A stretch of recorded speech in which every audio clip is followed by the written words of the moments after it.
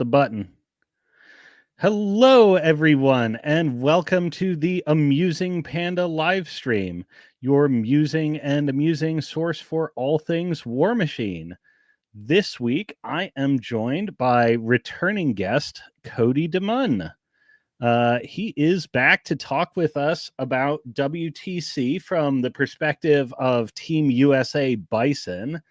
And also to talk about, okay, we've got this snapshot of WTC and we've learned a lot about where the meta was, what is that, 2 weeks ago. Now we're looking at where is the meta going to be. We still have our end of year proving out period with Iron Gauntlet and some other finish up tournaments. And obviously the looming shadow of January. But I think there's crucial lessons we can learn from what we've seen and where adaptation is going. So why don't you say hi to everybody, Cody? Hello, how we doing? We are doing good. Looks like we got Vulgaris in the chat. So let's look at your recent WTC. Only thing in the news right now, for the most part, if you're not really into Terra Mystica, is we got Warfare Weekend and the Iron Gauntlet coming up next week. Are you going to make it out to that one, Cody, or did I see you declined this year? No, I won't be there. Damn! I was really hoping to see you. Yeah, it would have been nice, but maybe next year. We'll see. Yeah, fingers crossed. I think you and I might be in the same boat. This will be like the first time now where I've accepted more invitational invites than I've declined. But yeah, let's talk about your WTC. So this is your, let's see, we went together on the Billy Nichols team, and then we went together on your team. And now you were there on Sean's. This is your third one, right? Correct. Yes. Yeah. So talk to us about your experience. How'd it go for you? It went good. Got in. We spent most of a week in Stockholm, then took a van down to Runneby, which ended up being its own set of problems, but we got it sorted out. One mayoral cab ride later. Yep. Yeah. So you were in Stockholm up at, what was it? Another Year of America house, right? Essentially, yeah. It's like half American, a little over half Americans. Oh, we expanded it and it was more international this year. We had, what was it? Tim and Anna were there from on the Belgian team. I want to say Belgium. I should know that, but I'm not 100%. A couple of the English players. Jan was in South Africa. Jan, Ryan, Jill was there. Had a few different people. And then most of team 1 in Condor and Bison. Yeah. All of team Condor and Bison. Hey, we got a Riker in the chat. Hey, Riker. We got our other Bison. Actually, this might be a fun thing. Riker, shoot me a message on Facebook. I'll see if I can get you an invite link here. You don't mind if I pull Riker up too, right? No, not at all. All right. Let me get that sorted for you. But yeah, so for those not in the know, it's been a running tradition. No, Dan. Okay. It's been a running tradition for a few years for the USA to rent a big Airbnb in or near the destination country and essentially have like a week-long practice camp. Did you guys actually get to do any sightseeing or like going around the city or anything like that? Yeah, we got a good. Was it all heads down? There was a couple of concerts. We went to a few different museums, a bunch of different restaurants. It was a good time. And then some of the locals gave us 3D boards for tables that we were able to set up for just general use. Yeah. I heard the local meta came to your guys' rescue and got you hooked up. Yeah, Seth and Brad organized most of that, so I don't actually know how involved it was. That's the nice part about having type A personality teammates is you're like, yeah, you guys will deal with this. Correct. Oh man. Yeah, so tell me about Team Bison. So you were there, and I mean Bison is doubly appropriate because this was predominantly Buffalo guys. That is part of why we ended up being Team Bison. Yeah. So we had you and Rick and Andy from out in Buffalo, and then Sean captaining the team all the way from the other coast, and Dan coming in from a bit further south. Yeah, I had to think about if he's actually south. Mostly he's east. Yeah. Oh yeah, I guess that's true. I'm so used to the West Coast where basically all settlement patterns are like just North, vertical south? Yeah. along the ocean. No, he's 5 hours away and you drive east mostly.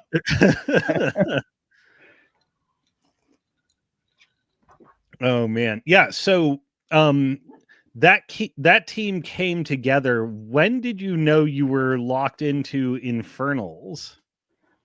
Fairly early.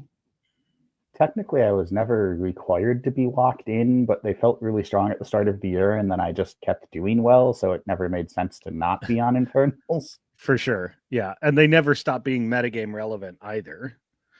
Correct. I mean, maybe a little solved for, but like Infernals They was didn't still, feel solved for. yeah. Oh, interesting. Yeah, actually, let's talk about that and pivot into your games and your game experience. What so you had the feeling of it not being solved for. I'm just gonna pull up your matchup history here. Like I haven't closed this WTC event page for like a month just because I've been like frantically analyzing it the whole time. Looked at it in 2 weeks. I haven't played War Machine since coming home from Sweden. Oh my god, lucky dog. Let's see. We got Cody here. Okay, so you hit Sphere on that was Germany Airlichter. Was that your round one? Norway, right? Oh, was it? Oh shit. I don't remember. God I damn knew it. it was Huguenot Munin. Oh yeah, you're right. Yeah, he's not Germany. Let's see. Bison, yeah, Norway Munin. Yeah, exactly so. Yeah, so that was the game that that broke the unstoppable winning streak. For now. You were telling me and oh yeah, there's always the next one. You were telling me and producer Keith backstage how that one ended. Yeah, But I that was ended up in a situation where I essentially had to let Butcher come into infantry, and I set up a little bit of a trap, and he walked into it, and then I had to kill him. And I must have lost track of time and just clocked out 2 dice rolls away from actually killing him. Oh, Had enough in the tank, just couldn't quite get there on time. Not really sure how I lost track of time, but it happens to all of us. Yeah. I mean, I had one of those recently at Vegas where I'm like 13 minutes. I think it was 13 minutes too. It's just enough of a time to be like a trap. Yep. And I gotta figure out how to kill Tyrus.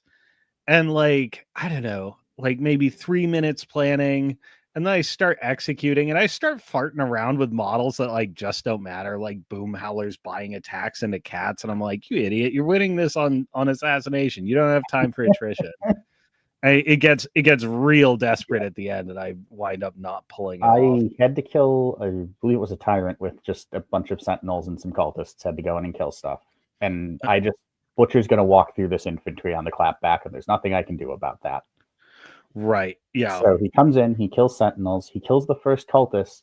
I self-sack to the one behind it. It's his feet turn, so they both die. He gets 1 blood quenched, and there's no longer an infantry model within 3 of him. So the killing chain is over. Because I self-sacked the model, he had to go through to chew through like 15 infantry models. Oh, nice. So now he's sitting on Blood Quenched 5 in front of my army, and I have to kill him. That's the goal. Right. Yeah. Yeah. You just have to kill this casual armed 23 caster. Who's still camping 6. Yeah. Yeah. Butcher, like when he gets to go, can just feel like, oh, this is awful. And I had more than enough in the tank to do it, and I had to kill a couple of. He feeded and just dropped a bunch of idiot Alcors in my face to jam things up. Oh, and one sure, of them yeah. just would not die, and I spent a little too long getting around it. Yeah. Yeah, that happens, especially when, I mean, if you have to do that clearing with infantry, you know. And he gets to kill Hawk this turn, so I don't have Tactician. Oh, so sure. Everything is like it's fine, it's workable, but it means all of the positioning is just that much harder. Yeah, absolutely. No, yeah, because your own guys are like become an obstacle, and you have to be super careful with your activations.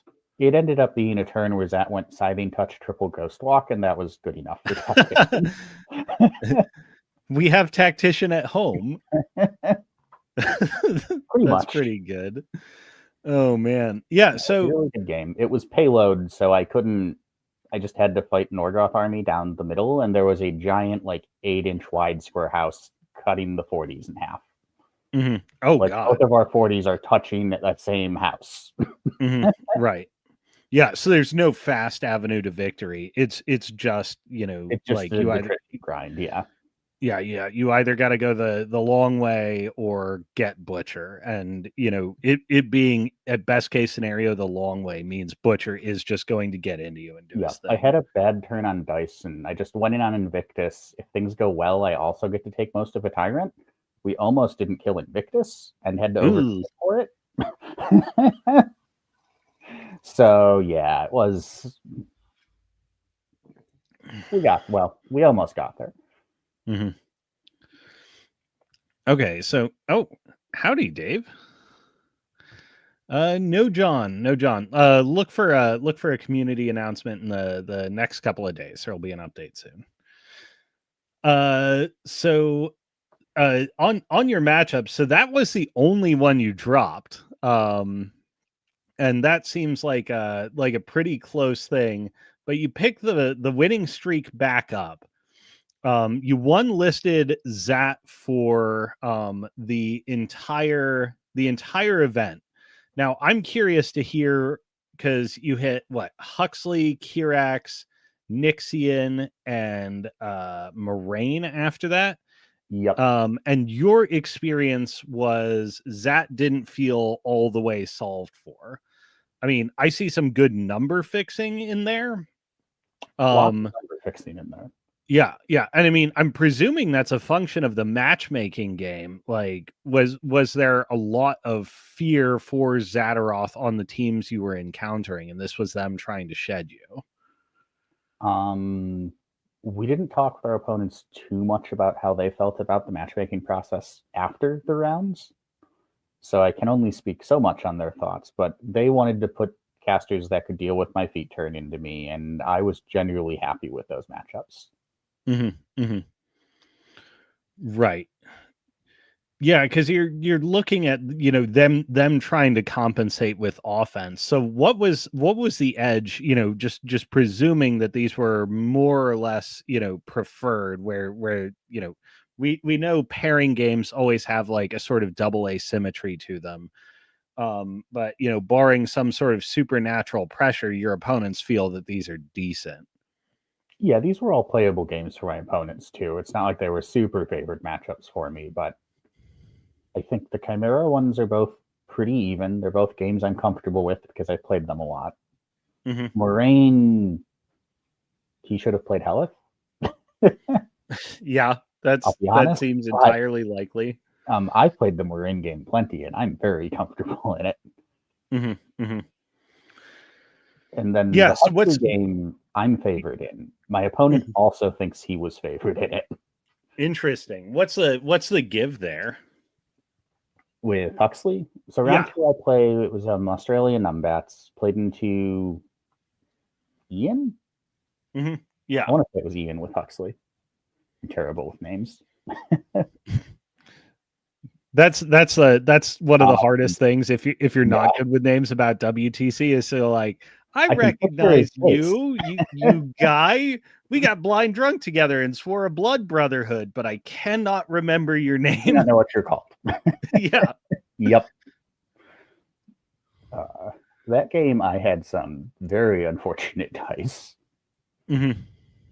No, I went first, summoned a snake, shoved it up a little bit aggressively.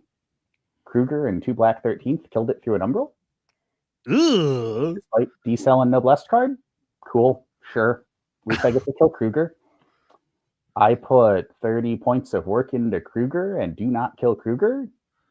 Oh, just God. Out of curiosity, because I was a little on tilt at the dice, I plugged it into odds machine on my opponent's turn, and it's 99.98% to kill Kruger. Whoops. Nope. Holy crap. That really is severe dice abandonment. But managed to claw it out on scenario. Mm-hmm. Mm-hmm. The way the Huxley game works is he still needs 9s into my feat turn, which is he's going to hit most of them, but at some point he will miss a couple of important ones. Right, yeah. Into a lot of the infantry. General's a little bit more accurate, etc. And then I have more than enough modules to peace trade with 7 jacks, essentially. Mm-hmm. Mm-hmm. Right. Right. And you know, even post feet turn, not necessarily all of those jacks are seriously menacing you. With Linda that got it doesn't win the matchup, but it really makes my feet turn more awkward for him. Mm-hmm. Linda runs up, says Wilting Horn, which is essentially Lamentation. And now his upkeeps cost double. If he doesn't kill feated Linda first, Full Throttle costs 4, Jackhammer costs 3, so he gets to Full Throttle and then feat if he wants to Jackhammer. And if he wants to kill her first, she's def 16, he doesn't have Full Throttle, so he has to waste a Jack on it, basically. Right, yeah. Yeah, which and that's chews into his efficiency. Right, yeah, that's that whole Jack's activation, it's fronted with a 40% failure rate. Yeah. And if he just tries to shoot her, usually, well, here's an umbral, you didn't hit her. Yeah. We got Adam Court in the chat. Love that guy. He is one of the people I think of with the drunken blood oaths, whose name I do remember. Super glad to see that guy. But yeah, okay. So another interesting thing. So you took that game on scenario, and something I've often observed with Huxley is he can sometimes struggle to maintain forward presence on objectives consistently. You know, one of his biggest strengths is his ability to hit and run, but it always entails giving ground. Yeah, he didn't have to give as much as he did, but it's very tricky to balance on that edge sometimes. Right, yeah. And I believe this was Wolves at her heels. So it's a wide scenario where you need to be in a lot of places at once. Mm-hmm. Yeah. And he doesn't exactly have the biggest control area in the world, which also makes that hard. Yeah. He also made a very small mistake with Kruger after I failed to kill him that probably would have won him the game outright. Oh, Kruger just ran away to heal instead of taking a second work activation. And was just ever so slightly in range for 2 Grievers to shoot his ass, and they killed him. Nice. I got that eyeless sight. Get out of here.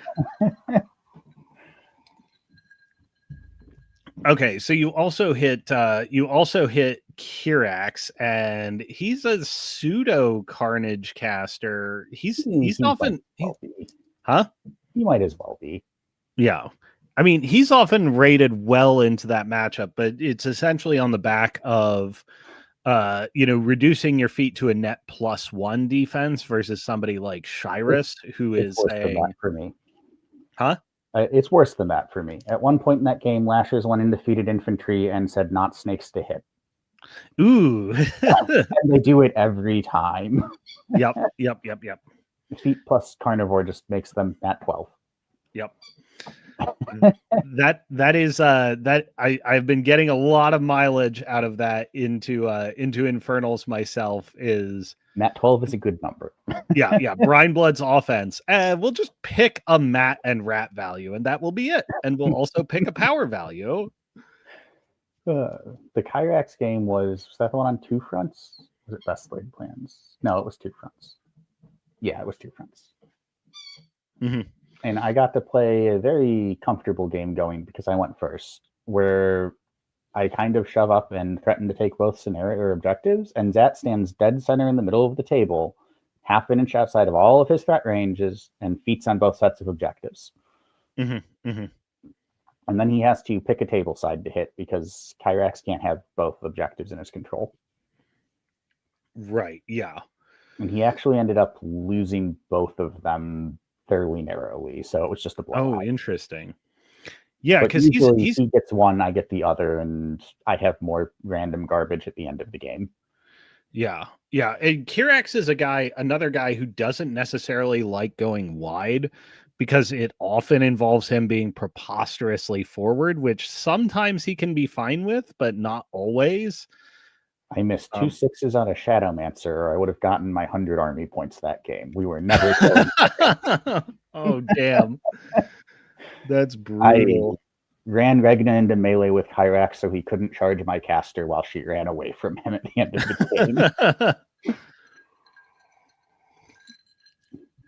Oh man, it's amazing how much of like late game, especially when facing down offensive armies, like your caster just runs every turn away from things. All you need, just run. There's 2 models pinning you in melee. My caster runs 11 inches in the opposite direction. Please don't tell me. Yeah, just goodbye.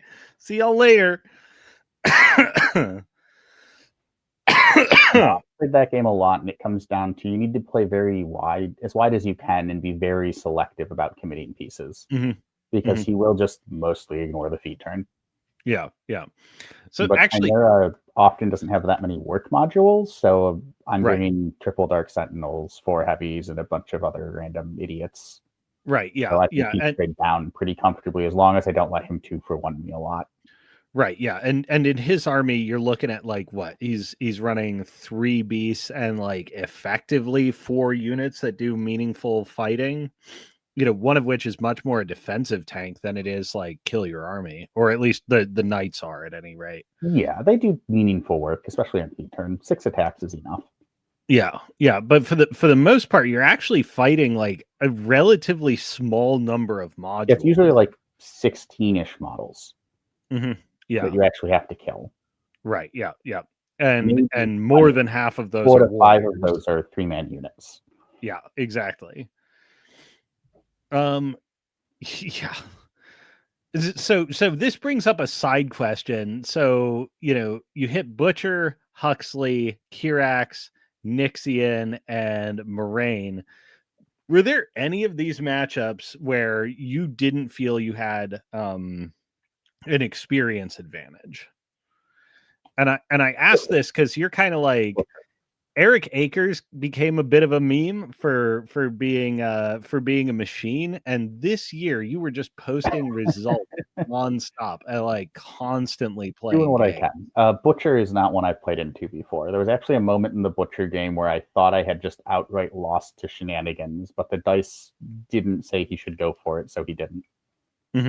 I missed a line. I just set all of my infantry just out of range where Butcher could charge the heavy I anteed up, beat back it twice, and get into all of my infantry pre-Zat feat. Oh, sure, yeah.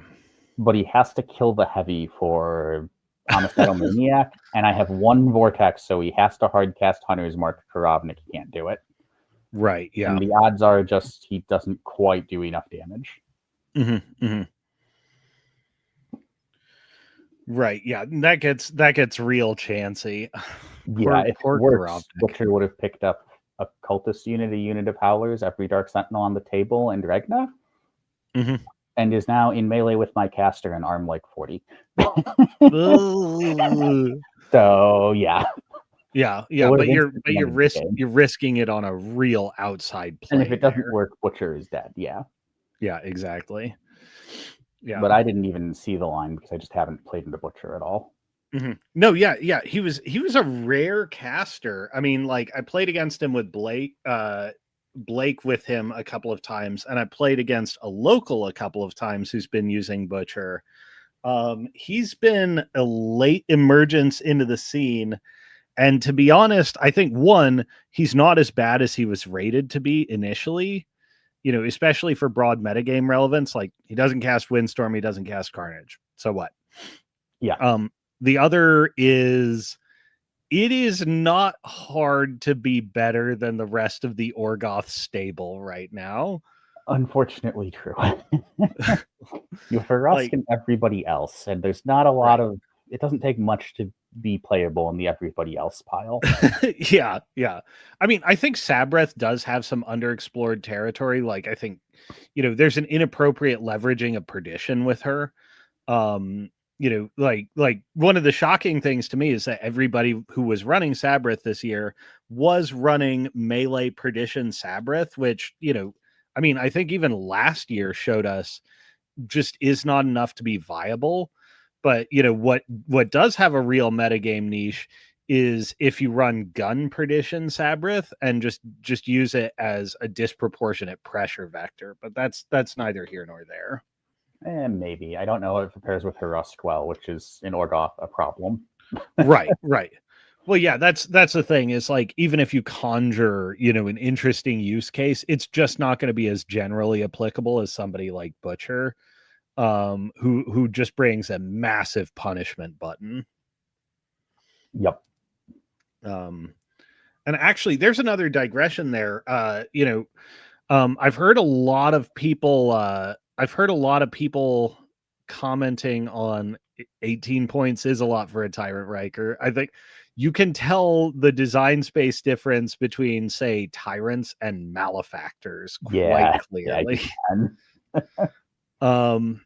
Yeah, and the appropriate cost for a heavy got worked out well after the initial armies released. It sure did.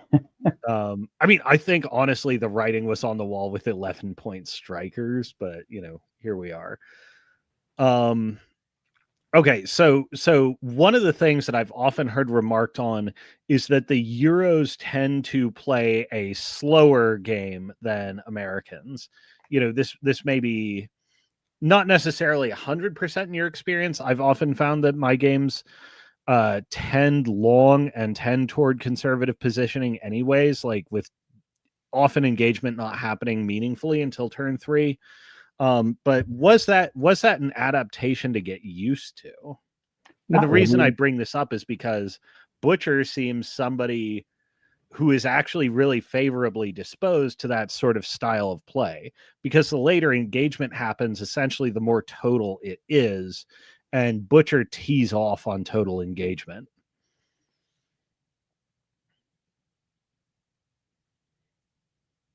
Butcher fixes Horus's bad matchup. I guess he is indeed ge. Huh? There we go. I cut out for a minute. I also play a very slow positional game most of the time, so I am fine playing that style of game. Infernals loves that style of game. I'm very willing to play a very fast game if you just let Zat feet and blow you off of scenario, but people haven't been doing that for the last 6 months. They learned. Right. And the slower the game is, essentially the more summons you get to go deep without having to balance your other resource priorities. One of the other big things that Zat specifically picks up a lot of value in is just you shoot her gun every turn. You get multiple boosted 14 AoEs.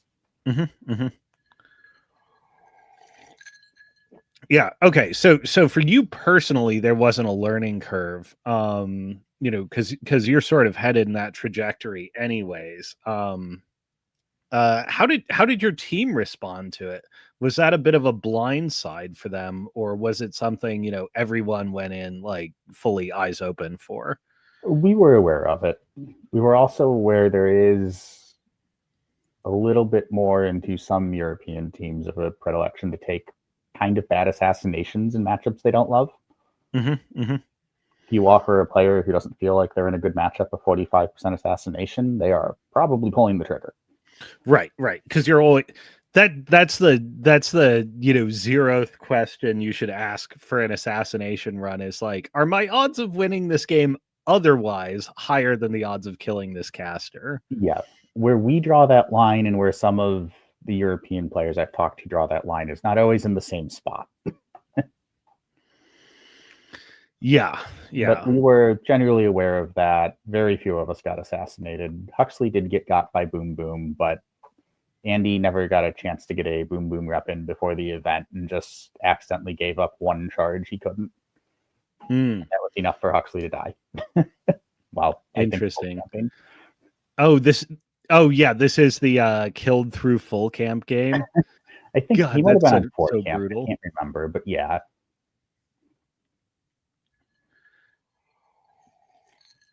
Rowdy's got to pump damage into him, and then every gun in the list goes in. Yeah. Oh, God, yeah. For Adam, my dog decided I wasn't allowed to type any more of that sentence, and then Adam decided not to type any more of that sentence either. Let's see. So you had Nixian and Moraine. So Moraine, you said you were super fluent into. How were you in terms of preparation level for Nixian, and why did this emerge for with that being the matchup as the even one for you? Ryan and Jake both like playing Nixian, so I played into it a decent amount. And it kind of works similar to Kyrax. There's less threat ranges, slightly more tricks, but just she has the +2/+2 feat, so she kind of negates my feat at plus Carnivore. My opponent didn't actually rack Carnivore and ended up just missing one too many 6s on my feat turn and auto lost scenario because of it. He just had to kill one last Howler to score enough to not lose, and the last infantry unit missed, and then he had to start chasing a rabbit hole of unlikely things to kill it. The unit needs 6s and gets 3 shots at it. They miss 2 and it toughs, I think it was, or something dumb. And then it's Vipex misses a boosted 9, and now we're at like how many shots at 13s and 17s with guns do we have? That's interesting. Hearing it, I mean, you must have been really pushing him on that side. For that to be decisive. Often when I hear trying to remember, it was best laid plans and the 50s went away.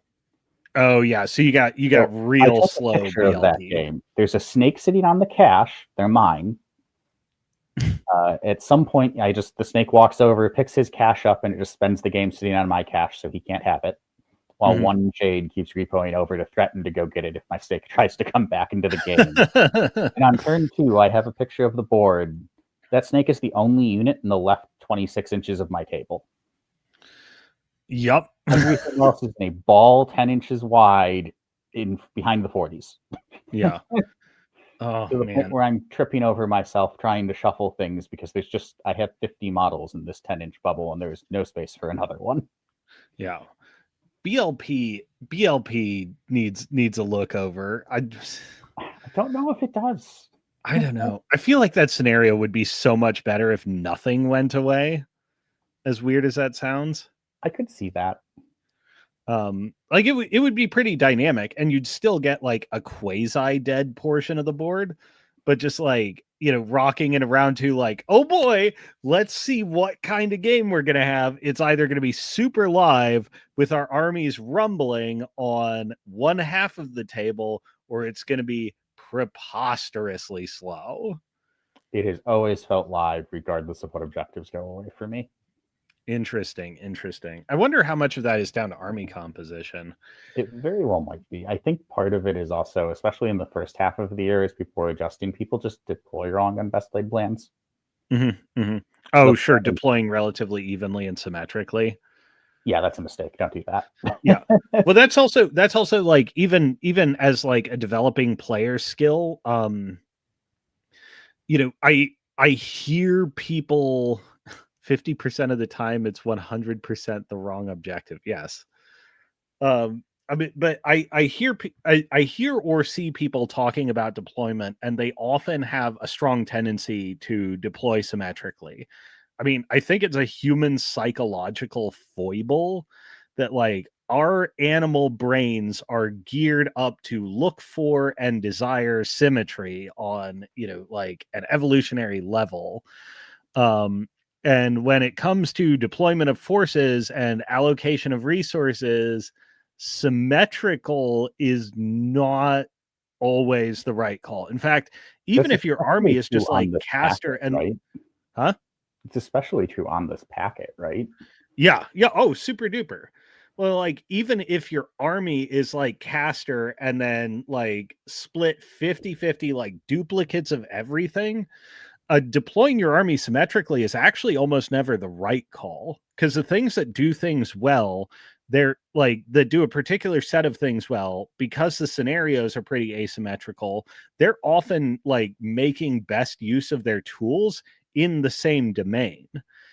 Double cats puts down a lot more pressure than single cats, for instance. Agreed, That's yeah. just an obvious And it's example. outside of trench warfare, there isn't a symmetrical scenario in the packet. Maybe color guard. Color guard doesn't exist. We don't think about it.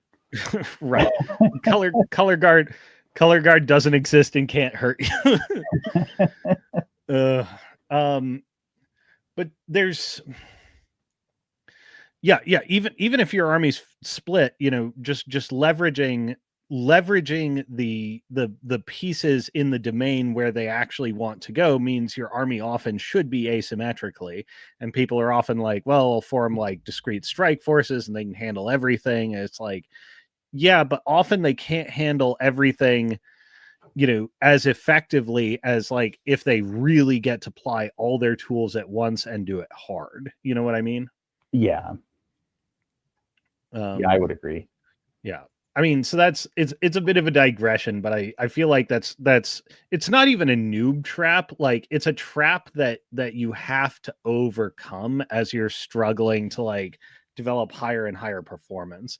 And even trench warfare being like symmetrical, one, the flags move, and two, the line of symmetry through all the scenarios that are even approximately symmetrical is not bilateral either on the vertical or horizontal axis. They're all symmetrical diagonally.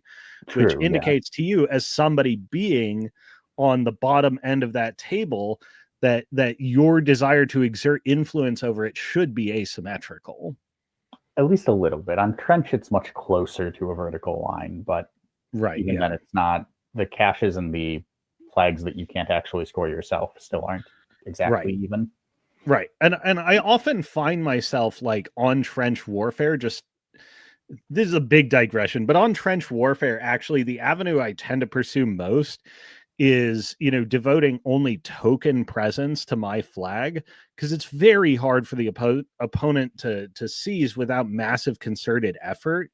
And most of what I'm doing to defend my flag is pushing through the center and exerting pressure on, the top northwest of the board, which is where any pressure on my flag would come from. Yep. Like, even the most symmetrical scenario is pretty dang asymmetrical. You know what I mean? Still not fully symmetrical. Yeah. But all this digression by way of saying, often when I hear of stories, and I had to click through Dean's list just to verify, when people are collapsing based on needing to roll sixes, or when they're collapsing because of tough checks, I often hear, like, my brain translates into, oh, your army doesn't develop enough attacks to have operational redundancy. But I looked at Dean's list, they're like, just missed too many attacks. Yeah, he has a crap load of attacks. They just did not connect. Yep. He missed 2 6s, a boosted 9, a boosted 11, and then we veered into things are unlikely, but we have to do something territory. Exactly. Like, at that point, he needs 2 13s to hit and kill the Howler and the Umbral that's spawning off of it. Ooh. And also needs to one-shot the Umbral. It goes downhill quickly after missing the 6s, the 9, and the 11. My plan requires one-shotting the Umbral is usually the start of a bad or a desperate plan. The Umbral just always dies. I don't know what you're talking about. There's one game where the Umbral didn't just instantly die, and it was the game where it came in on the snake that died bottom of 1 into Huxley. It really tried to die that game. It got to 1 health and then got full healed multiple times. Ugh. Good Lord. But no, yeah, he had bad dice for a turn because it was best laid plans in the 50s on a way. He didn't have that luxury. Right, yeah. The big thing to note there, I was boneheaded. He did have an in, but he didn't notice it. I'll talk about that in a second. He didn't rack carnivore. He didn't need Right. to need sixes. Mm-hmm. He racked execration instead, and because I don't hit fix super well, that's actually a bunch of this infantry being def 16 is a massive pain in my ass. I mean, on the one hand, you don't hit fix like the greatest, but you do also like a lot of your consequential attacks can have boosts chasing them. I mean, that diminishes volume, but it's a chimera army and there's not a trike in it. It also Volume means can that fall by the 16's a bit wayside. awkward, yeah. Like it's hard to say what's correct there. Mm-hmm, He had Silence of Death to deal with the Howlers because he wanted hitting power and to ignore tough, which is relevant. And it just, all three spells make a ton of sense there, and it's hard to know which ones to take. Yeah. I did just, while I shifted everything into that giant ball staring at the 40s, forget that Regna was in the middle of it and hadn't activated, so he could have just thrown 2 sprays into my non-decelled pile. Ooh. Which would have been unfortunate, but Regna was in the middle of it, and he just assumed she said decel, even though there was no token, because why wouldn't she? Right, yeah. That's, man, that calculation happens so much, not just in War Machine, but in like real life, like philosophically, where people are like, I must live in a sane and ordered universe. This clearly wouldn't happen in a sane and ordered universe. Like, buddy, you got the wrong universe. Yeah, I passed her, and then 30 seconds later, I'm like, there's 5 focus next to Regna. That's not good. Yeah, especially when she has no transfers. Oh, God. And she's got transfers. There's a forebodder. But my entire army's bunched up. If he runs an arc node and he's spraying like 8 models of spray. Yeah. Oh, man. Well, sometimes it's good to be on the right side of insanity. Yeah, it was just a very unforced error, but that's how it goes. Yeah. Playing perfect games of War Machines are really hard, it turns out. I want to live in a sane and ordered universe. This is where, if I was in a more visual medium, I would respond with the Troy meme of Achilles going, "This is why no one will remember your name." I do too, but I long ago accepted that we don't. Play Convergence. Ew, brother. Ew. Okay, so your last round was against Moraine. Now, I've heard Joe from Tyrants on the Field throw a lot of shade at her. You have a lot of practice into this caster, but there is a contention I have a lot of practice with this caster. Huh? I have a lot of practice with this caster. Okay. I figured Moraine out before the WTC she failed at the first time. I just wasn't there. Right, yeah. Yeah, and it was kind of because she was so dominant into the run up of that WTC. I mean, I think to a certain extent we saw, the run up of like dominant Moraine last year, and then the run up of dominant defensive skew, which is an interesting contestation that, at least in the case of Zadaroth, it's not solved yet. How did that game go, and why Moraine bad? I don't know that Moraine is bad. It's hard to say. I still love me some Moraine. The meta might not be the most favorable to her. There's a lot of spell hate. Maybe we'll get into that more later. Right, yeah. So the way that game plays, I have played it a bunch. I kind of hate playing it, but it is good for me. Essentially, I'm going to, especially if I go second, stay out of threat range, and then the first time scenario is going to happen, I'm going to feat and run at her and say, punch me in the face, it's not good enough. And then she's going to punch me in the face, and I'm going to hope it's not good enough. And I've played it a dozen times at this point, and it has not once been good enough. Interesting. It never feels good when that's the plan into a mortality spam caster. No, yeah. I mean, it never feels good to like spread your cheeks and say, "I'm a coming for you." In this case, he mispositioned. I went first, which helps a lot. he mispositioned very slightly and gave me an alpha. And I was able to take, what was it? 5 Mage Hunter Assassins, 3 Cats, and a couple of Soulless Guardians.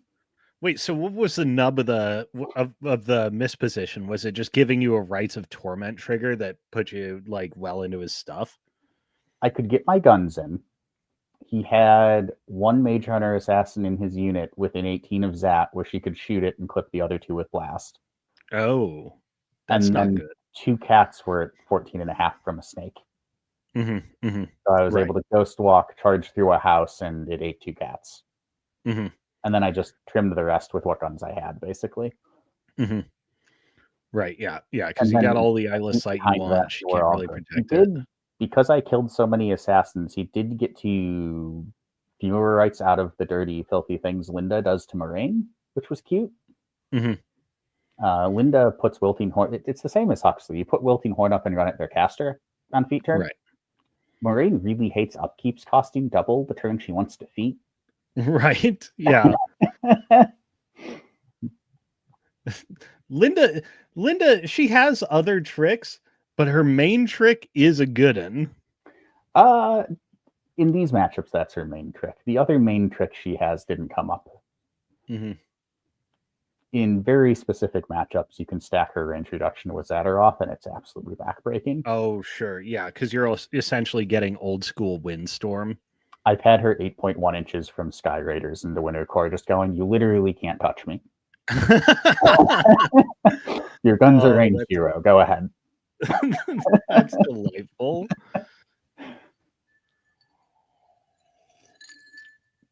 Oh man, so that was the 4-1 from WTC. The winning streak got broken, but you're 1 game away from starting to reestablish it. We'll work on it. We'll see what happens next year. So over the whole experience, playing your 5 games, being there with your team, the run up at America House in Stockholm, trying restaurants, seeing museums, stuff like that. Any particular shining memories for you from WTC this year that you want to shout out? Off the top of my head, no one moment sticks out super hard. Mm-hmm. The entire time was great. Just a fugue of good times. Yep. I was asleep when we had somebody kind of sort of break into the casa, so what? Somebody got drunk at the bar or club or whatever and lost his phone and used the GPS locator and thought we had stolen it and had it in the house. And barged through the front door and pushed past one of the guys at like 1 a.m. to accuse us of stealing his phone. Where is my phone and why do you have all these tiny men in this house, foreigners? And then came back the next morning with the police. Oh, good Lord. Yeah, it was an experience. That sounds like a good one to sleep through. Oh, man. Well, that sounds like a tremendously successful WTC if it's the good times fugue. Let's shift into talking about what we can learn from the WTC snapshot. There's been endless analysis, and you hit me actually with something that I was not fully prepared for at the start of these recollections, which is the data seems to indicate that the meta has moved towards defense fixing effectively. That by and large, this is not the backbreaking concern it was, say, circa June, July, August. But, and this is like a big but, and I get it, like your personal experience doesn't line up with that running probably one of the most teched against casters. Now, I experience this all the time when people say Brine Bloods are bad, and it's like, yeah, but you're playing them wrong. So like I know what it's like to have a counter meta take, but talk to me about how, you know, the the data is one thing, but you still see alpha in Zadaroth. What is it that's not accounted for at this point? So I think at this point, I would say the meta has adjusted well to deal with defense skews. Like I had a feat turn where my opponent needed not snakes on 4 units. The feat didn't help. much. He did roll snakes once, but so it goes. But the armies that are defense skewing super hard are very, very good at aggressively peace trading. Zadaroth, Kythos, Jake's to some extent. Mm-hmm. There's another one. What is it? Yeah, I got nothing. We'll just stick to those three. Okay. And that peace trading game still has a lot of value right now. Mm-hmm. Yeah, and that's still sort of her. I mean, that's always basically going to be, with the exception of Agathon, the core proposition of Infernals, right? Yeah, and it's true of Crix as well if you don't have the right tech, right? Like, Kythos has a bunch of recursion, very cheap, efficient pieces. Right. I think one, the recursion is very, very nice for Kythos, but I feel like one thing that really separates the two, though, is the the kind of activating modules they're attempting to defend with it. In that, even like gimped HP pool Infernals heavies are an entirely different proposition to get through than units. I would agree with that. Yeah. And I think I'm just like, I don't recall the data offhand, but I seem to remember Zadaroth in general, or even with an adjusted win percentage, just accounting for high success players, being above Kythos broadly. That sounds correct, but I can't say I've looked at data for it anytime recently. Yeah, I'll have to. God, that will be my last look at this. Looking at this Longshanks page nonstop for a month. I swear to God, that will be my last one. Is just confirming that. I don't believe you. Yeah, you're probably right. Okay, so where is all this headed, with the caveat that we have potentially some very massive shakeups in January? What's your gut level read on where we're headed, assuming that this trajectory is allowed to realize itself that we're on right now? I'm not sure. I haven't really thought about it. My current plan is wait and see what happens in January. It's where my analysis is right now. I think the WTC meta didn't have enough time to really adapt to Umbre existing, and I think they are going to change the meta to some extent. Aslanov is possibly too good. Yeah. And certainly doing something that armies haven't been super prepared for right now. Right. Specifically armor stacking. To obscene levels, yes. Right. I mean, I think so. I have it here in the notes, under Aslanov hit, Trike probably hit. I would expect the Trike to be toned down a little bit. Yeah. So, I mean, one of the, God, Joe from Tyrants on the Field was so gracious for looking into the Trike numbers for my stream with him and Ryan. That among players who were 4-1 or better, the Trike had about an 84% win rate when it was dropped, and two of those drops were into lists with Trikes. It is posing this. That's not that far above average for 4-1s, right? That's true. But it's still like the number 85% sounds ridiculous, but if you're gating it to 4-1s and better, the floor is 80%. Right. Yeah. I mean, I think even if it is it's above parity to a point where I think it's defining some things, and maybe it's not necessarily the Trike's fault.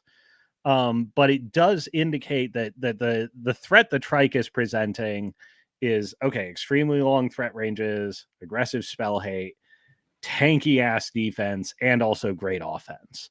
But the tanky ass defense is really, really outside of what the metagame was attenuating to, if that makes sense. Yeah, I would agree. I think people were generally prepared for Trikes. I don't that number sounds like, given the data you're pulling from, it performed as expected. Mm-hmm. Mm-hmm. At the same time, if it performing as expected into a meta that is actively prepared for you is good. Yeah.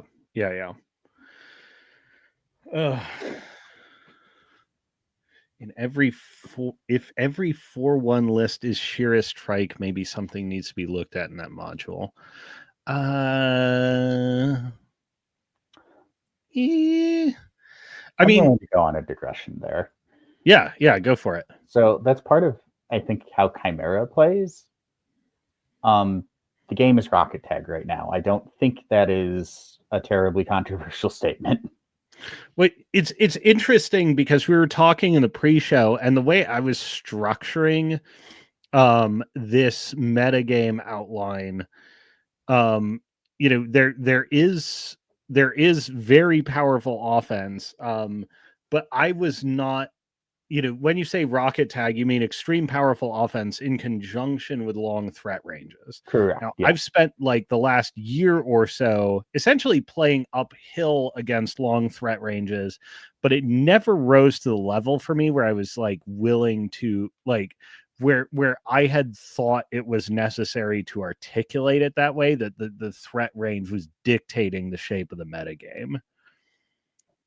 I think Umbre and Gravediggers have both helped make that the case. Mm-hmm. But because of that, and because of the way the scenario packet plays, if you go second, you almost need to have the ability to play a very defensive turn into an army that is going to be able to alpha you when you score.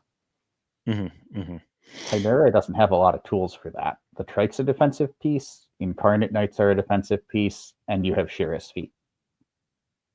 Right. And then sometimes maybe Atlas can do the Cloud Wall thing, and Nixian usually. Drassic's an option, but Sheerus tends to just do it better if your job is to stand somewhere and try not to die.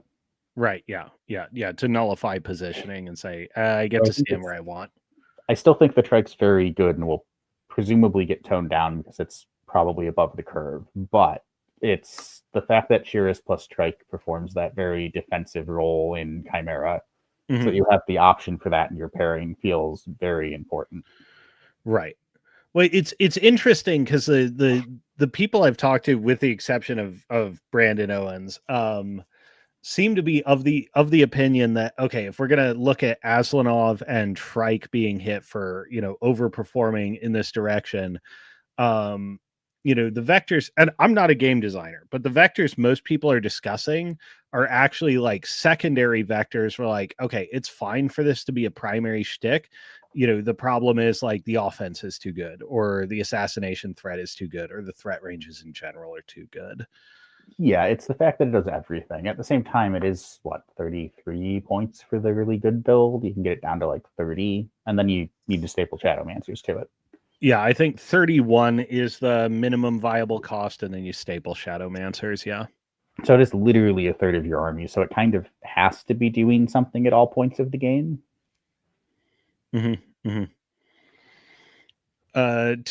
To Riker, if I remember, Shyrus did doo-doo at the WTC. That is true. I think if not that bad. Well, there's also like one of these things, if you're like gauging metagame trajectory, like you do have to account on some level for, because the models don't just play themselves. There are going to be different approaches to success. I think if you want to do really thorough metagame analysis, if you're looking for overall game balance, you kind of have to look at everything. But regardless of what you're doing, it is actually incumbent on you to separate the top and the bottom of the field, maybe even top, middle, bottom. And if you're looking at metagame direction, you're actually mostly looking at a top-based phenomenon. You know what I mean? Yeah, that makes sense to me. I think because it's a team event, I think this is usually overblown a little bit, but you do have to look at the data a little closer and see if there's something stranger going on. Yeah, exactly. Like, we have always seen very strong casters and lists do like that 40 to 45% range at least once the WTC. There's usually at least one list where that's happening. And it's not because the list is bad, it's because they're getting thrown at tougher matchups because they have this good generalist list that they can drop into anything. Right. Yeah. And then a lot more of those games get decided by skill. Just quick one from Riker. Hot take. Game is just more fun with no 120 millimeter models. I mean, I wasn't playing any. That's fair. I agree with this actually. I mean, I'm playing a Colossal in both my lists now, but like the 22 to 23 transition, I was left coming away from a lot of events. Like, yeah, this game actually did feel more fun without Colossals. I mean, but we put the genie in the bottle temporarily, and it looks like he's not going back in anytime soon. So. Yeah, that ship does seem to have sailed. Yeah, so here we are. We got to live through it. We nerfed the Mastodon into the ground. We can keep going.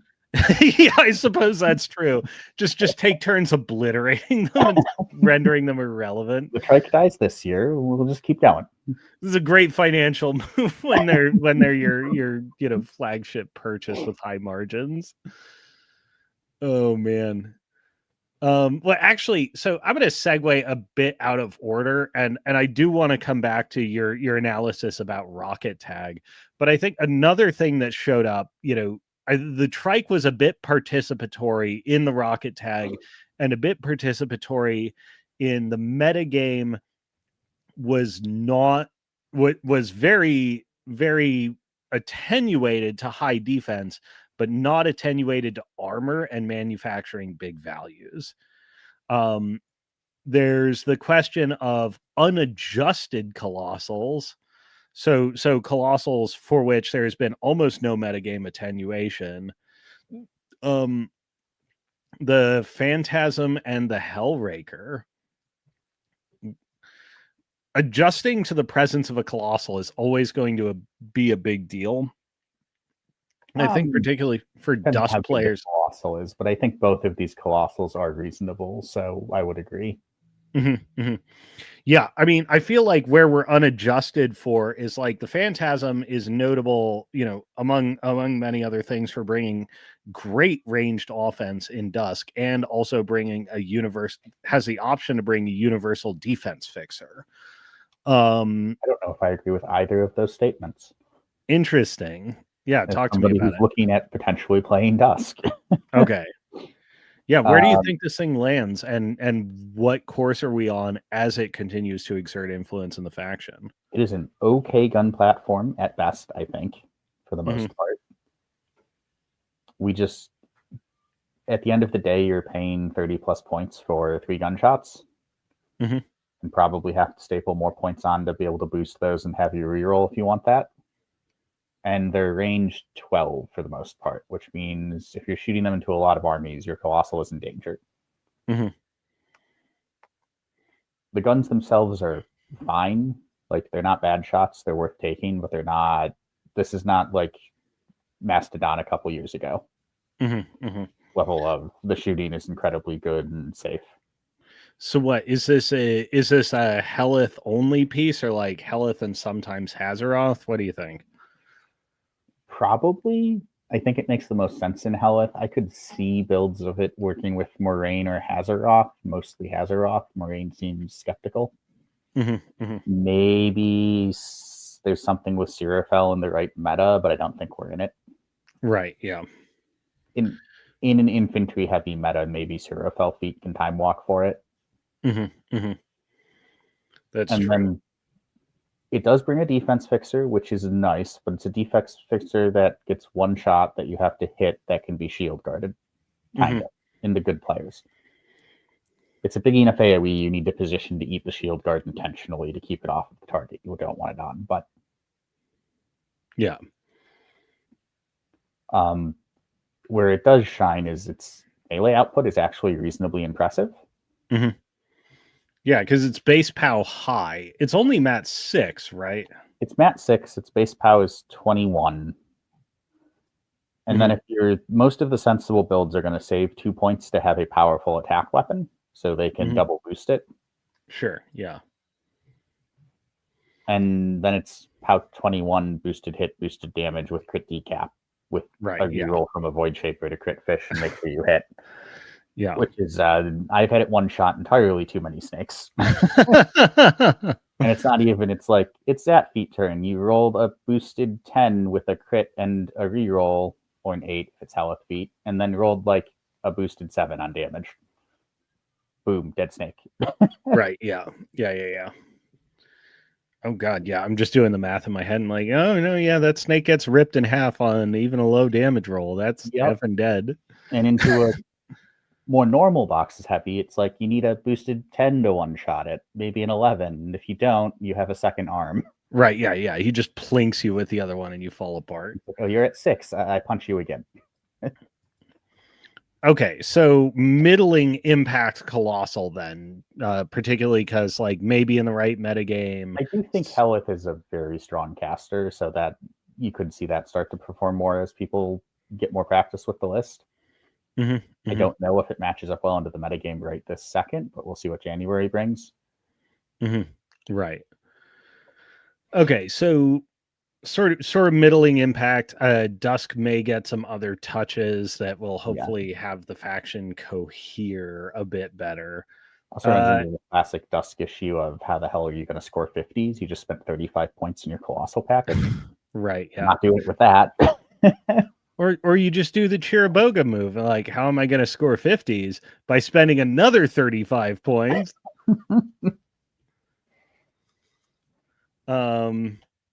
Okay, so the other unadjusted colossal at this point is the Hellraker, which did not make much of a splash at all, aside from to say, like, I played 2 Crix players at LVO, and they were both running really similar Hellraker Eviscerus lists.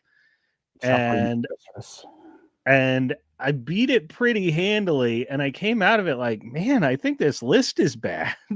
You should. The second opponent it goes in Eviscerus is where the second opponent I played was Sean, and he's like, "Tell me about it. I made the mistake of list locking myself into this for the WTC.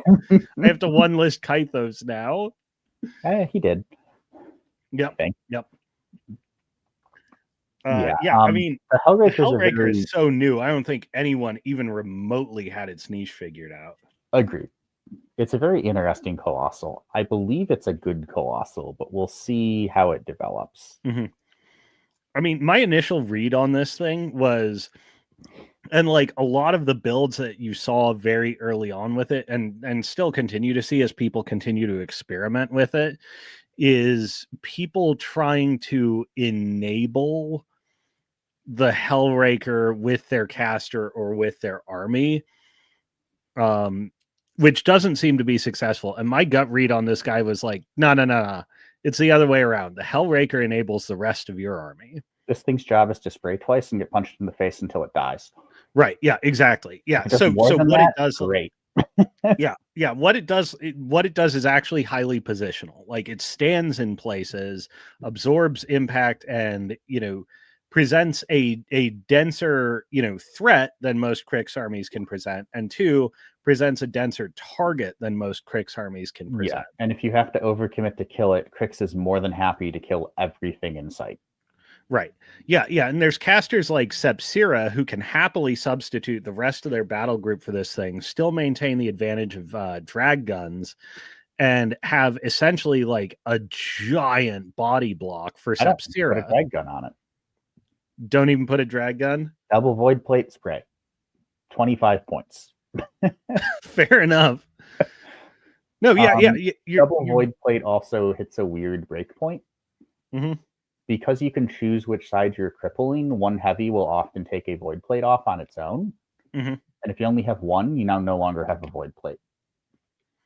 So the second unbuffed heavy now no longer loses a focus, and now 2 heavies might actually kill it. Interesting. Also, just like, it's Crix, you have no other shield guardable guns. Is your drag shot really doing anything? That's fair. I mean, I think sometimes it can be an enabler, or not necessarily an enabler, but making your opponent, mind their P's and Q's. You know what I mean? I think having the spray that threats 22, in a lot of ways does that already. Yeah.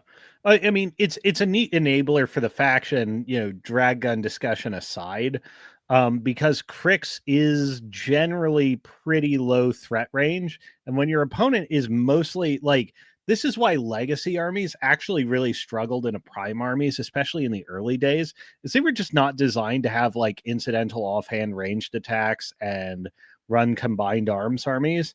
And you had very early Mark IV casters like Anson Wolf, where if you're running a traditional all melee Marks 1 through 3 style War Machine army into them, they'll just exploit the crap out of you. Like there's so many things they can do to you to just screw you over. Yep. And Crix can sometimes fall into that trap. I think the Hellraker is a tool for breaking that. Yeah, I'd agree. Like it has this range spray that can dig pretty deep if you're willing to just commit your Colossal. Right. And then it also it cuts 13 in melee always, all the time, without help. Yeah. It just does that. Yeah. You don't even necessarily need to accelerate the guy. You can't. You put it in the lists that make it go faster, and it still threats 13 in melee. It just can also do it while charging. Right. So there's another interest. Like, I mean, I think most of what it does is positional. And for me, like the two biggest winners that I think people haven't figured out yet are going to be Sepsira. Yeah. One, because it's super cheap. It can reserve board real estate, can make your opponent mind their P's and Q's. Kane? Are you going to say Nikane? Huh? Sepsira and Nikane? Is that where we're going? Oh, maybe. No, I don't think so. Okay. No, Kane pulls that guy so fast. Nikane, the Crix caster. That's the other place I think. Oh, Nikane. Interesting. Nikane. Okay. The other one that was in my mind was Decathus. Okay, I can see that. I mean, you don't get the defensive benefit. You get the offensive component of Shadowmancer, which is not a required cast on that caster by any stretch of the imagination. Yeah, and Dark Shot on a huge base isn't bad when it matters. Yeah.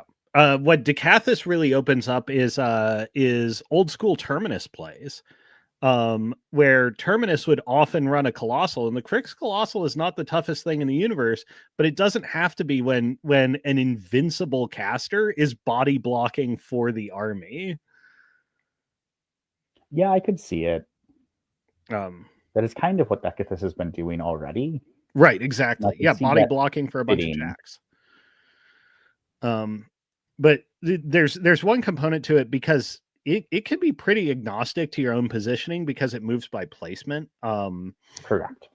Reserving board space is a really big deal because your opponent has to come and deal with this big old model. But usually when this big old model dies, their models will be standing in front of it and they won't occupy the ground it was sitting on. So this actually has a lot of advantages for Crix in that it enables counter punches fantastically. And then specifically for Sepsira, like I used to run the Blockader with Gaston all the time this way. It's like the Blockader would be my 33-point, engagement sacrifice. Like either all your models come in after it and like, great, you just lined up all your hard targets for my heavy cavalry to kill, or my Blockader is going to go stand in this place that Gaston wants to stand in to shoot your caster next turn, and I know you will not occupy this seat that he's reserving. Like, Sepsira can use it in a very similar way. Yeah, she already gets assassinations similar to that because she can just cut so far with that Mechanical unit. Mm-hmm. Yeah, and so much the better when it's she's essentially got a 5-inch circle that like you need to body block against her potentially standing in any inch of that. Yep. The correct answer is always just to body block the space around your caster from the Mechanicals, but it's not always as easy said as sometimes it's easier said than done. Yeah, but if the Hellraker ain't dead, it can clear a lot of that too. Potentially, yeah.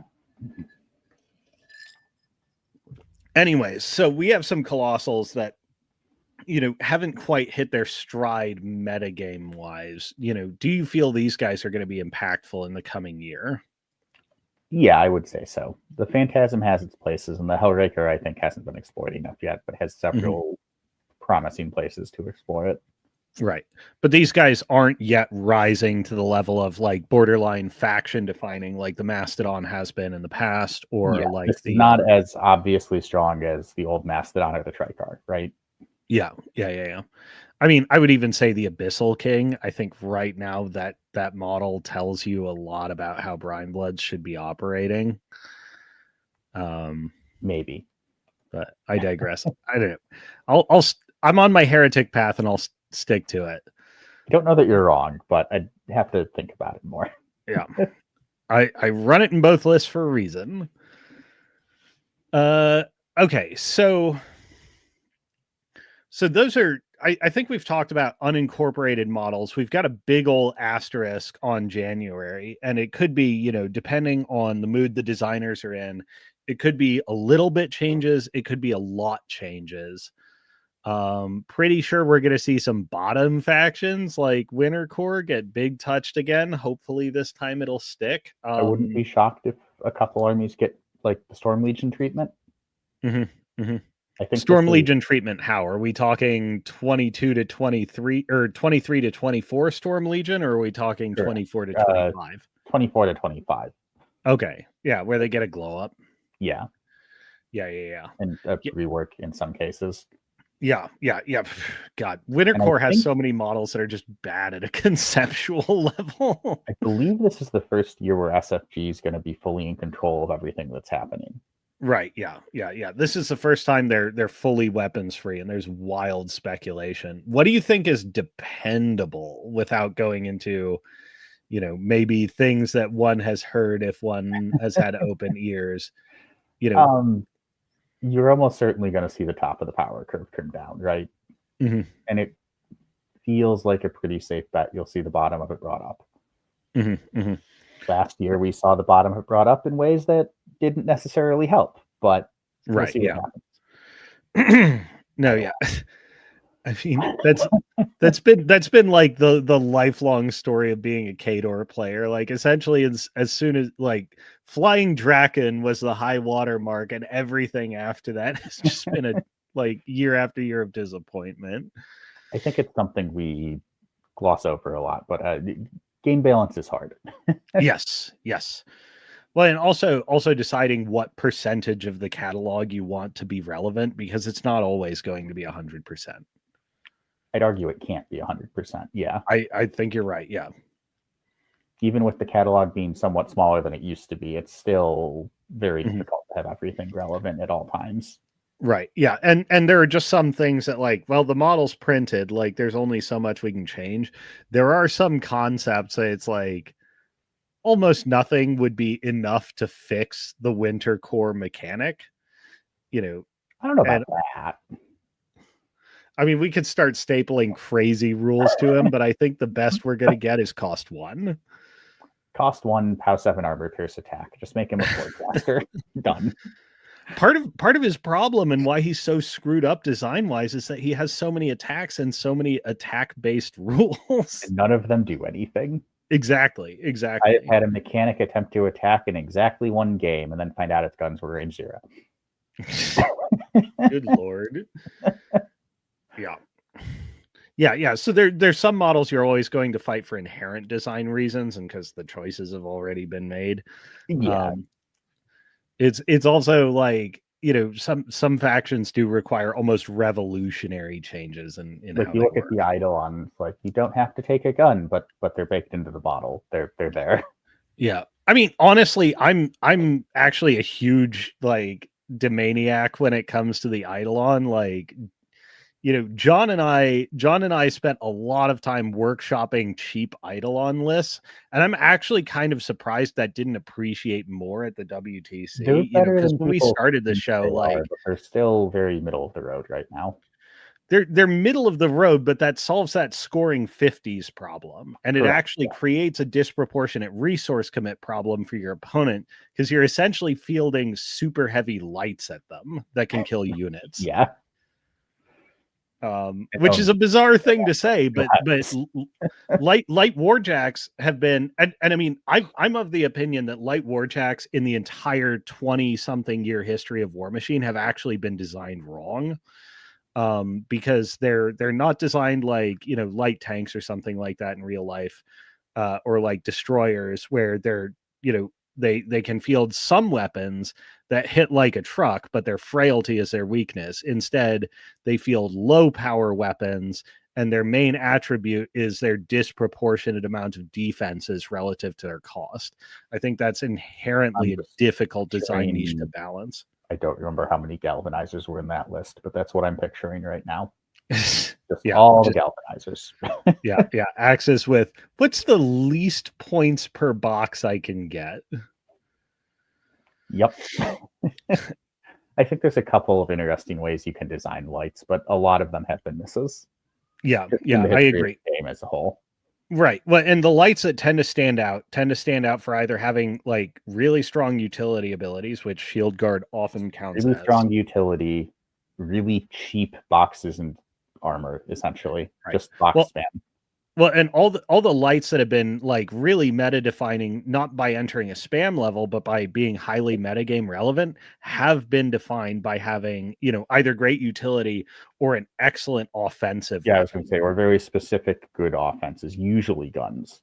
Right. Yeah. The Courser is a great example. Like POW 12 is not necessarily much to write home about, but it's got access to inherent in-faction damage buffing, and it's spray 12. What a number.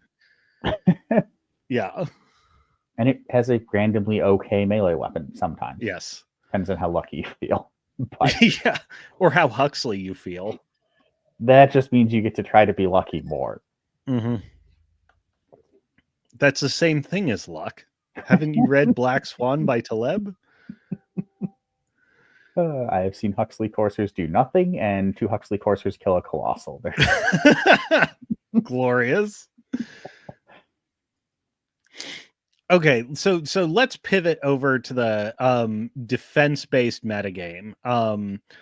At the WTC, armor, to whatever extent it was reconciled against, seemed to pull disproportionate results. Like Horus continued to pull great results. Vargas pulled good results. Trike pulled above par results. Aslanov pulled exceptional results. As with the asterisk on January, where do you see adjustment to the armor metagame going? Do you think this becomes a major factor in people's consideration going forward? Yes, I think so. I think it has to be, right? You're also, I'm curious, how'd Siphon do? Oh yeah, that's a good question. I think all the Dark Ops casters did like preposterously well. Let's see, advanced. Siphon was only a 69%. He was the worst. only winning more than 2 games in 3. And had the most games played. That is also a box and arm spam. Yeah. I think the meta wasn't fully prepared for it. I know my team largely was. We did some testing into Siphon, Aslanov. Andy and I have played so much Aslanov in the last couple months. Oh, nice. I played more Aslanov at the practice house than Infernals in Stockholm. I played 3 games of not Infernals and a game of Zakharov in the week leading up to WTC. Oh my god. Aslanov, Siphon. And then you didn't hit Aslanov at all, right? I didn't want to hit Aslanov. My build of that actually struggles into Aslanov because my solution to that armor brick is to punch it in the face. And that's not great. It's not great when you don't get to pick your mat and POW values. Yeah, I'll give you that. I actually chew through it. The issue Zat runs into with my build is I don't have enough guns, and Strix and Aslanov will run the table late game. Oh, interesting. Yeah, because you're just unlocking. I played the game a few times, and just the last 3 turns of the game, Aslanov and Strix killed all 4 of my heavies over 2 turns, and I could never make an attack on either model. So and that just runs away. Right. The Aslanov list is incredibly strong and has a ton of tools. It's probably too good, but we'll see what happens in January and if the meta adjusts. Right. Yeah, I mean, I'm wondering because I think at this point, we have the usual suspects, as it were, for the face of armor in this game. Yeah, I would agree. Is that going to be sufficient to pull us to everybody's going to be generalized armor cracking? I mean, it probably will for like 3-4 months, but yeah, I wonder, for a little while. I think part of the way the meta is shaped up right now is control as a thing isn't really a thing. Like there aren't super hard control feats right now. Yeah. So that's and Vera Nova are probably the two most prominent ones. Mm-hmm. Yeah, so that's something I have in here. And just a cycle I've observed is there's like, kind of 3 poles to the metagame that in the past it's, gone from one to the other in specific cycles. So there's some kind of defensive skew. Defensive skew is extremely valuable because it lets you weather the storm. Actually, I want to get back into Rocket Tag after presenting sort of this model for metagame shifts. It nullifies being forced to stand in a place and gives you the opportunity to weather the storm. That often gives way to a metagame of hyper offense, where it's all about materializing damage and threat values that overcome the defenses. But offense is like hyper offense is prone to being overawed by control. And, because offense is positioning sensitive, control says, no, you die where you stand. Control exploits offense, but then gets outlasted. And that's sort of the cycle we've gone in classically. I mean, I think the observation is fair that, explicitly control feats and things like Baranova are relatively rare now. But it almost, to hear you talk about the Rocket Tag dynamic, it seems that that's almost the new form of control that's enforcing the defensive metagame hegemony. So talk to me about that. Yeah, I think I would largely agree with that. So a lot of it right now is also the scenario packet. Mm-hmm. The reason the game's turned into kind of Rocket Tag, because most armies have these threat ranges, right? Like most armies can threat 13 plus in melee right now. Mm-hmm. And a lot of armies have strong shooting. Some are better than others, Gravediggers. But it's not like there's only one gun line out there. Mm-hmm. But it's somebody gets to go first. They run up the table with new unit movement. They're now at the halfway line. And the second player can't stand somewhere where they can meaningfully threaten to score a bunch of scenario elements without getting punched in the face. Right. So it's almost a function of ability to stand in scenario relevant places without getting charged, rather than just my threat range number bigger than yours. Mm-hmm.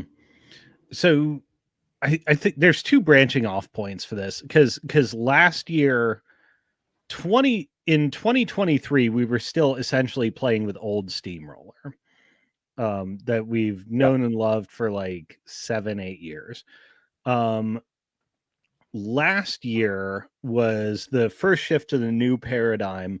And one of the things that most games were decided on was flank collapse, because the game required you to play further out and to split your forces. Flank collapse, I think, definitely encourages building to collapse flanks, which is have those super aggressive threat ranges. And then the counter build is prevent flank collapse through defensive technology, especially in the face of longer threat ranges. Yeah, it's why you've seen a lot of the super juniors do so well. Mm-hmm. Yeah. Well, that was something I also had in the background, which is, they often seem to lead the metagame by at least one cycle. This is maybe not true for the most common being Nostilla and Aberration this year. Or maybe they're just right on tune with the cycle, because 22 it was Magnus and Invictus, who's mostly a positional, I think best played kind of as a control piece. Yeah, I'd agree. And then we had Big Pig as the offense piece, and this year we had Maybe I'm wrong about the cycle direction of travel, but this year we had Aberration, the I'm going to stand here and endure piece. Yep. Yeah. So, they're almost more or less on point, actually. Okay, so aside from defensing harder, what developments does the game need to see to shift rocket tags such that one can loosen up on needing to go hard on armor? I mean, you either reduce threat ranges or reduce how badly things die when you get to them, right? Right. Yeah. It stops being rocket tag if you can't just charge cleanly across the table, or if you don't just cleanly kill everything you get to when you get there. Right. Yeah. Yeah. I mean, there's two things going on there, which again is a year shift, and like we're only a few years into Mark IV, but I feel like I'm already talking like an old man. The armor values and the power values people were materializing in 2023 were a lot more reasonable. A single target being arm 22 was kind of a big deal, but it was also manageable. Was it? Yeah. I was still playing Infernals that year. No, it wasn't. Sure, you didn't care. You never care. For a year, they cared a little bit. Yeah. Well, the lethality, I think, in 2024 being kind of the offense here, the lethality did go up a lot. And now we're leaning into defensive synergies, but the raw amount of offensive synergies available to people is kind of astonishing. We're talking about games where I think Zat's good because she peace trades and doesn't have a feat because the opponent is just Mat 12, which is kind of an absurd sentence, right? Like, Mat 12 is not supposed to be a common number. Right. I mean, for you, it was the day and Bison came to your village. For me, it was Tuesday. As a Brine Bloods player, I'm like, all the time, nonstop. It's the primary value. It's the primary value add of the faction, although we don't threat the table. True. Well, not really, no. Yeah. Well, the other branch off of what you said, and I think is important, is actually a pretty critical change, is how much of this damage, or at least dictating the terms of engagement, because everything is scenario necessary, is coming off of infantry, and that it's not just your charge distance that matters, but it's actually your turn one run distance that is setting a lot of this climate. Because units are faster than they used to be. Yeah, there's only a couple armies where the fact that beasts can go that fast, or jacks, is a huge deal. Turn one. Yeah. And Umbre are mainly what I'm thinking of. Right, yeah. The fastest ones. Yeah. Yeah. But yeah, it's the setup distance and where the line of engagement is being set is almost comically far forward. Correct. Yeah, and it's honestly, that's been fine on the scenarios, but it does contribute to that rocket tag feeling, right? Yeah, absolutely. Yeah, and I mean, I almost see, like, it is remarkable because, like, we haven't the release of the bear box for Umbre was like a really big change before the WTC snapshot, but in general, it doesn't feel like we've had, other than that one snapshot moment, that we went through a whole year without really having a substantial rug pull. Like, because the trajectory that we're on is, okay, the Euro style adjusting for, okay, well, we can cross like really, really quickly. And then the Euro, beyond specific technology or armory composition, has been okay, we're going to devote a lot of attention to figuring out how to positionally make this game go long and adapt to it. Like I said up front, like, I've gotten very used to games where no meaningful action happens until round 3. Like, as the player who, games. yeah, like the player who's going first will rocket forward across the board and say, okay, I'm going to put a bunch of threat on you. And I go, okay, as the second player, I am going to be respectful of those threat ranges by and large. I'll offer you bad trades, and then I'll defer to you because I can still run to get to scenario objectives. You need to stand there, or I get those scenario objectives. I'll defer to them. And then often what will happen in the correct strategic... I will back up. Right, exactly. Yeah, the first player defers back to you. And now you're in this bizarre game positioning that only kicks off with basically 3 real rounds of fighting, followed by the dregs in round 7. I've had games where it wasn't dregs in round 7, but yeah, I would generally agree with that. Well, it's interesting, and I mean, I think it hammers home being defensive, fighting against flank collapse, etc. That the clock is starting to underwrite results of games. Because actually, often, if you defer all action to round 3 at the earliest, those opening maneuvers of deferring back and forth are not cheap in terms of time. No, they often take a lot of time to get the positioning right. Right. So it often means that like the clock will decide what win condition you're going for. Whether, you know, like, oh, action wasn't deferred and we're fighting and I can make flank collapse happen. Okay, I get to win on scenario. But often in deferred action games, it's who's going to be pressured into making a big fast gamble first. Does that sound right? To some extent, yeah. Mm-hmm. I think historically you have not necessarily needed to be prepared to play turn 7 in most of your games. Now it's very reasonable, especially if you're on a more attrition-based army or game plan, to expect to be playing turn 7. Right. Which is just, if you're playing all 7 turns of the game, it takes a little bit longer to do everything. Mm-hmm. Mm-hmm. As opposed to if you're usually ending the game on turn 4. Right, yeah. Yeah, and you're ending the game on turn 4 because action is happening, and often, you know, if people are not trying to play in a very defensive manner, it's often because somebody mistaked or had a misvaluation of how this exchange was going to go.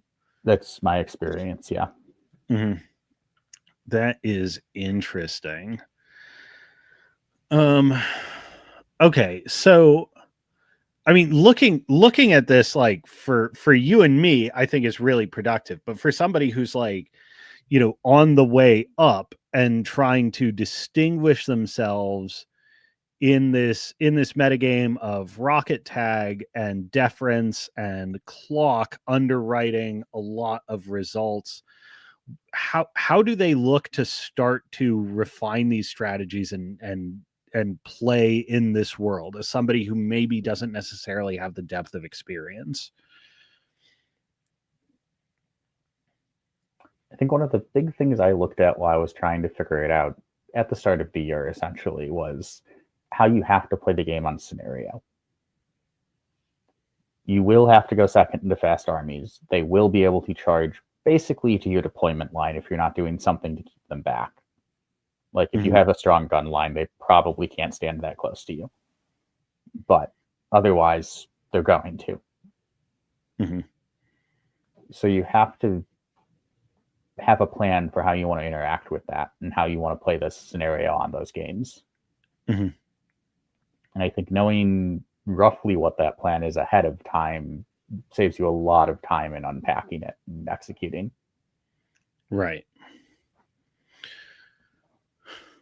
It's interesting thinking about it from an Infernal's perspective too, and this might harken back to another anecdote if it's relevant, but Infernals tend to fall in sort of the old Mark 1s through 3 paradigm, where, you know, they're not built with a lot of incidental guns that force an army to respect their presence. I mean, Zadaroth will do things like chip armies, but, you know, in dynamics that we're describing, where your deployment zone is in threat right out of the gate, it can often be like mortal peril for her to attempt to do that. You're like, don't care, doesn't matter. YOLO, I would have fire the gun. I played a game into Jill at the practice house where he put a snake 12.1 inches from my deployment zone, sticking out from behind a house bottom or top of one. And I was like, what do I do about this? And Zet just shot it to death and it was fine. But if I don't kill it, and it's a coin flip to kill it, there's a very realistic world where I don't kill it. I just have to wrap my caster fully so that it can't land on her because she's 0 camping in charge range. Right. Well, I think that's part of what I wanted to highlight is, because Infernals kind of represent the extreme end of this metagame paradigm, where they often don't have that kind of gun pressure and are the sort of old model armies that are much more geared around the peace trade and the melee exchange.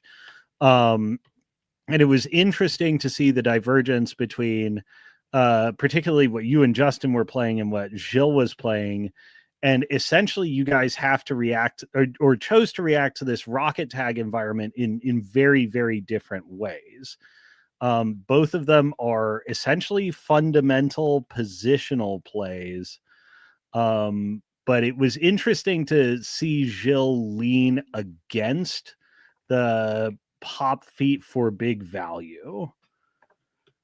I still think he was feeding for pretty big value, but agreed. The Harvester build is definitely interesting and definitely does slightly different things.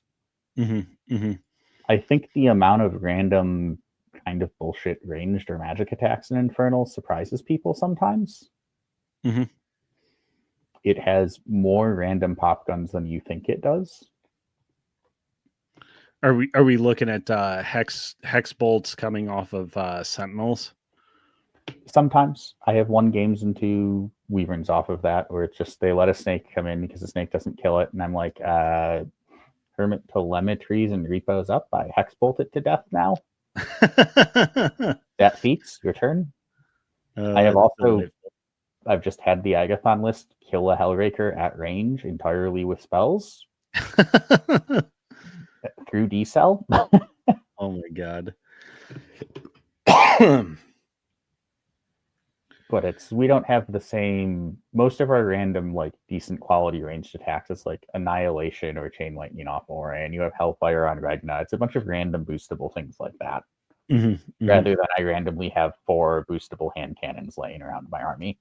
Okay, yeah, I mean, maybe I'm off base on that, just a lot of, I mean, that is spells is different, but a lot of Mark IV armies are just like, all my guys have a gun in their other hand, like, yeah, exactly. But yeah, I mean, build an Infernals list where you don't have those attacks. Right. Well, and the reason I bring it up is, what you're describing with the rocket tag dynamic is that's actually a way of enforcing discipline on the aggressor who's running across the center line is like, are you sure? That they have to respect it. They actually have to back off a little bit. Right. Exactly. Yeah. And I think for prime armies, it's actually, maybe not so much for Dusk, or at least not in old paradigms, but often in prime armies, you will just like, it's a challenge not to build a well-rounded combined arms army in a prime force. You know what I mean? Yeah, I think that's largely true. You can obviously build skewier lists that are very melee oriented, but you kind of have to try to.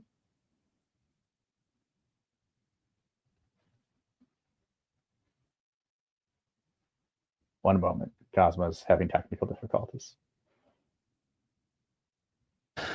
I just found out the dog got one of my paint tins and dragged it through the house. Oh boy. Have fun with that.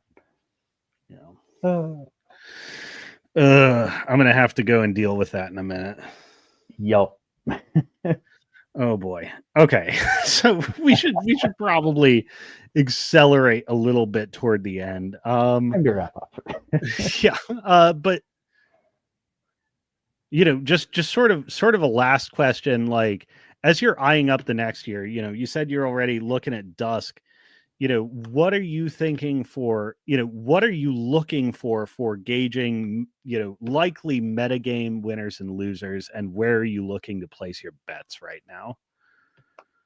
Right now, I'm not. I'm waiting for January. Sure. I'm looking just like that's future Cody's problem. Try the new models. Yeah. Looking at 6 other armies as well. that I just want to play some lists in them. They have some cool things going on. Maybe they'll still be going on in January. We'll see. That is fair enough. And I mean, if I'm totally honest, I'm kind of there in my heart of hearts, because I don't know, depending on some of the changes we hear swirling around, I don't know if Brine Bloods are going to make it as I'm well sure they'll be attenuated fine, as they were for we'll see what happens. The snapshot meta. That feels like it's kind of always the end of year drill. Like, I don't want to spend a ton of time analyzing armies and trying to pick winners and losers before finding out how big things are changing. Yeah. All right. Well, sorry, I was planning on going for a little more, but I may have an emergency I need to attend to. No worries. So yeah, Cody, thank you for coming on. I think this was again, we're sort of talking around the big asterisk. But I think this discussion has given, I hope, a framework for how to look at the coming metagame and, essentially how to be ahead of the curve on it. This was really good fundamentals, and I'm super curious to see what January brings. Yeah, same. It's definitely good being on. Love chatting. Yeah. We'll have to have you back on in the future when there's more to report on, other than waiting for the first Wednesday of 2026. Hopefully the first one. We'll see what happens. Yeah. All right. Well, thanks everybody. Thornfall buffs go. Thanks again everybody for watching, and we'll catch you next time.